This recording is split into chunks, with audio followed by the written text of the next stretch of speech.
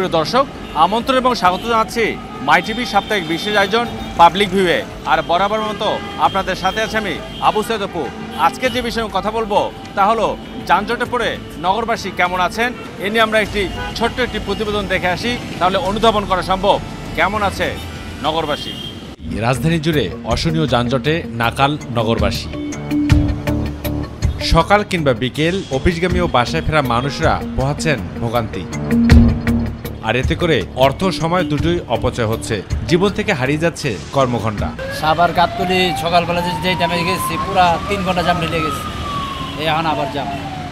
তার মনে যে জামের কারণে যে আমার গাড়ি 4 জন লেবার, আমি আমাদের কর্মস্থলে মনে হচ্ছে টাকা নাই। প্রতিটা স্টেপে আধা ঘন্টা করে গেলেও মনে করেন সারাদিনে একটা গন্তব্যে পৌঁছাইতে গেলে প্রায় দিনের অর্ধেকের বেশি সময় অতিবাহিত হয়ে যাবে। সময় তো অনেক ক্ষতি হয়। মনে করেন মতিঝিল জাতি কল্যাণপুরীতে 2.5 ঘন্টা 3 ঘন্টা 2 ঘন্টা লাগে, তাহলে এই সময় যে তেল পড়ে গ্যাস পড়ে যে সময় নষ্ট হয় এটা তো আর পোষানো যায় না। রাজধানীর মোহাম্মদপুর, শ্যামলী, কল্যাণপুর, মিরপুর 10, আগারগাঁ, কারণ বাজার, সোনারগাঁ, 7 রাস্তা, মহাখালী, বনানী, কাকলী, বিজয় সরণি, ফার্মগেট, গুলিস্তান, গুলশান 1, গুলশান 2, লিং রোড, প্রগতি সরণি সহ বিভিন্ন এলাকা ঘুরে দেখা যায় যানজটের ভয়াবহ চিত্র। যাচ্ছি একটা টাইম দিয়ে, টাইমের ভিতরে যাইতে পারি না, পাড়া মারতে পারি না, জমা দিতে পারি না, বেতন হয় না, বাদ নেই অ্যাম্বুলেন্সও।